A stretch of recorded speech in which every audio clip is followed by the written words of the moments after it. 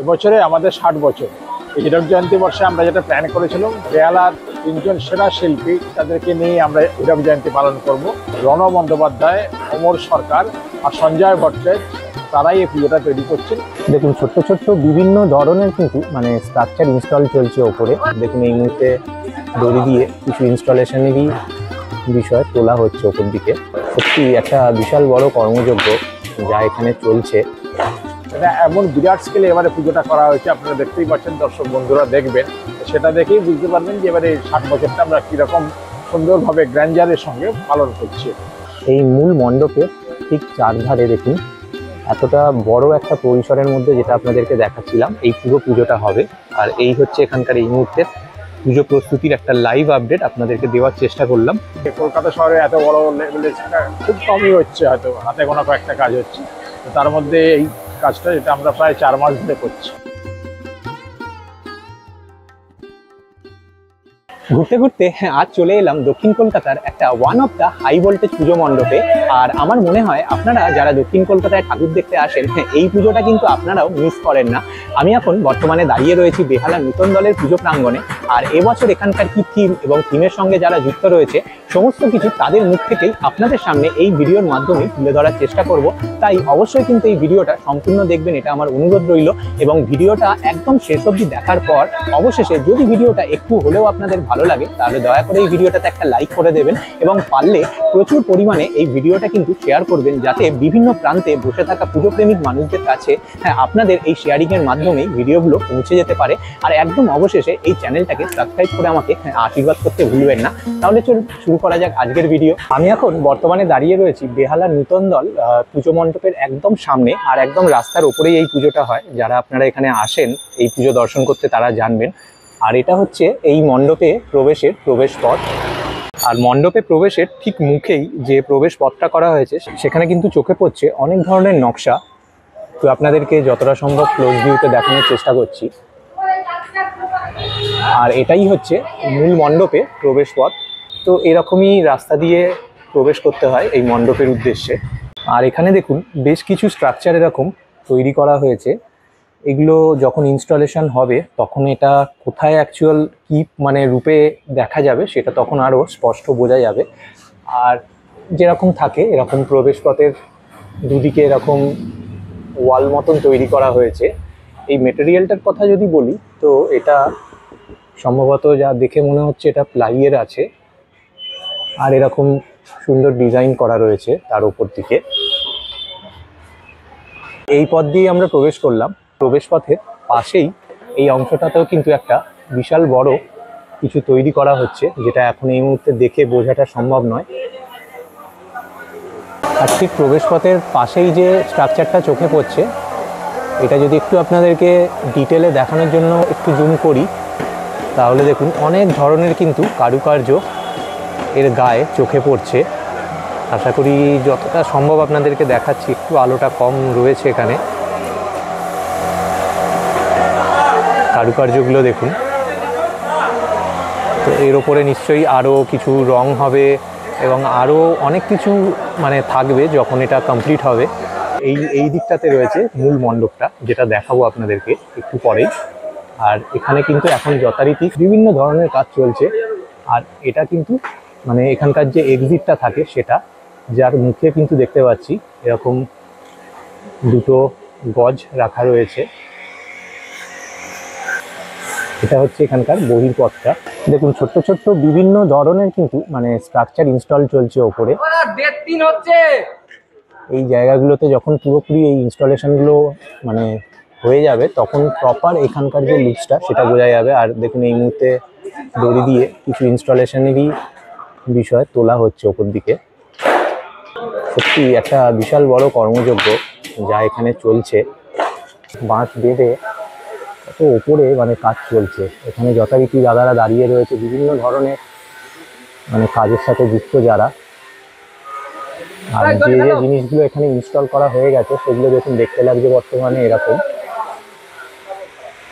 তো দেখা যাক প্রত্যেকবারেই নতুন দলের মানে পুজোতে কিছু না কিছু চমক কিন্তু দর্শনার্থীরা উপভোগ করেন। তো যা এবারের এখানকার কর্মযজ্ঞ দেখে মনে হচ্ছে এবারেও কিন্তু তার অন্যথা হবে না। তো এই হচ্ছে এখানকার মূল মণ্ডপ। তো ভেতরে মাতৃ প্রতিমা যথারীতি এসে গেছে। আর একটু আপনাদেরকে যদি বাইরের স্ট্রাকচারটা দেখাই, তো প্রথমেই চোখে পড়লো বাঁদিকের অংশে যেটা দেখুন, এখানে সিদ্ধিদাতা শ্রী গণেশজির মূর্তি অঙ্কিত রয়েছে এবং এর ওপরের যে জায়গাগুলো সেখানে এরকম কিছু বিভিন্ন ধরনের কারুকার্য আর কি চোখে পড়ছে। একটু আপনাদেরকে যে কারুকার্যগুলো রয়েছে সেগুলো একটু জুম করে দেখানোর চেষ্টা করছি। তো এরকম বিভিন্ন ধরনের কারুকার্য মণ্ডপের দুধারে চোখে পড়ছে। আর এবছরে এখানকার থিম হচ্ছে শিবানী ধাম। তো সেই আদলেই পুরো মণ্ডপটা সেজে উঠছে। আর একদম উপরে দেখুন একজন দাদা রয়েছেন, তিনি এখানে কিছু কাজ করছেন। আর এটা হচ্ছে যে মণ্ডপটা তৈরি হচ্ছে তার চূড়া। তো যাই হোক, এখন আপাতত যেহেতু প্রস্তুতির মধ্যে রয়েছে, তো এর বেশি এই জায়গাটাতে বোঝা সম্ভব নয়। আর দেখুন মণ্ডপের এটা হচ্ছে একদম উপরের অংশটা, যেখানে এখনো প্রচুর কাজ চলছে। এখানে বিভিন্ন ধরনের কিন্তু কাজ চলছে যা দেখতে পাচ্ছি। এখানে কিছু স্টিকারিংয়ের কাজ চলছে বর্তমানে।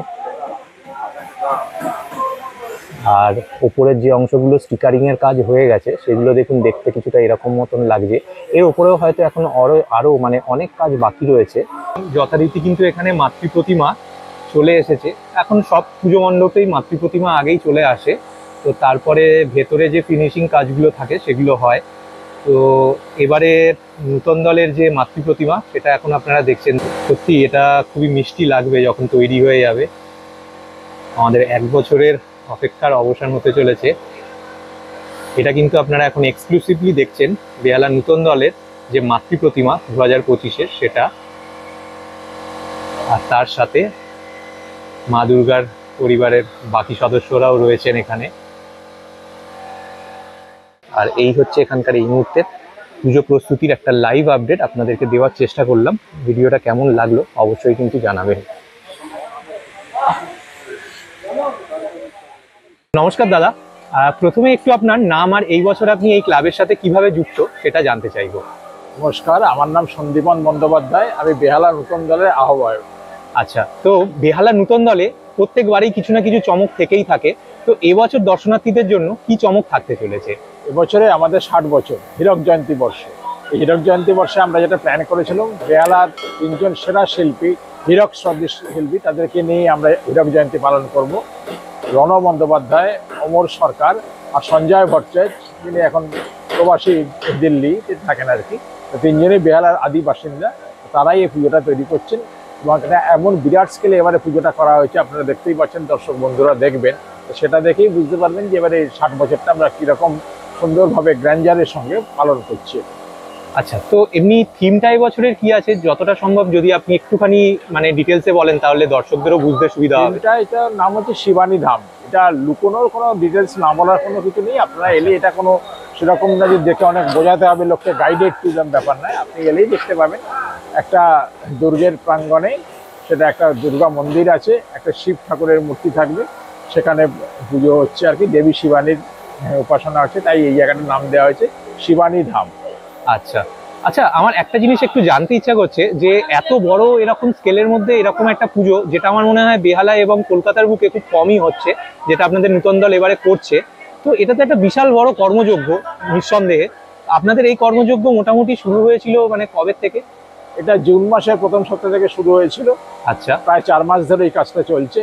আচ্ছা, সত্যি যেটা বললেন আপনি, এটা যে কলকাতা শহরে এত বড় লেভেলে খুব কমই হচ্ছে, হয়তো হাতে গোনা কয়েকটা কাজ হচ্ছে, তার মধ্যে এই কাজটা যেটা আমরা প্রায় 4 মাস ধরে করছি। আচ্ছা, মানে এটা পুরো 4 মাসের যে মানে এত মানুষের যে ইনভলভমেন্ট সেটা আমরা গিয়ে ফাইনালি দেখতে পাবো। আর এইখানকার পুজো মোটামুটি ওপেনিং কবে নাগাদ হতে পারে?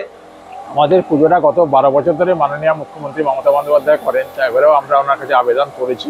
উনি এখনো ডেট দেননি, মানে মহালয়ার 2-1 দিন মধ্যেই এটা হয়তো ওপেন হবে আমাদের এবার। আচ্ছা, মাসাটের যে 24টা পুজো আছে, মাসাটের জন্মলগ্ন থেকে প্রথম বছর ধরেই আছে, 4 বছর আমাদের, আমরা এবারেও অংশগ্রহণ করছি। আচ্ছা, তো মাসাটের পরিপ্রেক্ষিতে এটা 18 থেকে 22 তারিখ অবধি খোলা থাকবে। এটা কিছু স্পেশাল গেস্টদের জন্য ইনভাইটি যারা থাকবেন, এবং তারপরে সাধারণ মানুষের জন্য মোটামুটি আশা করা যায় দ্বিতীয় বা তৃতীয়ার থেকে কি এটা উদ্বোধন হয়ে যাবে।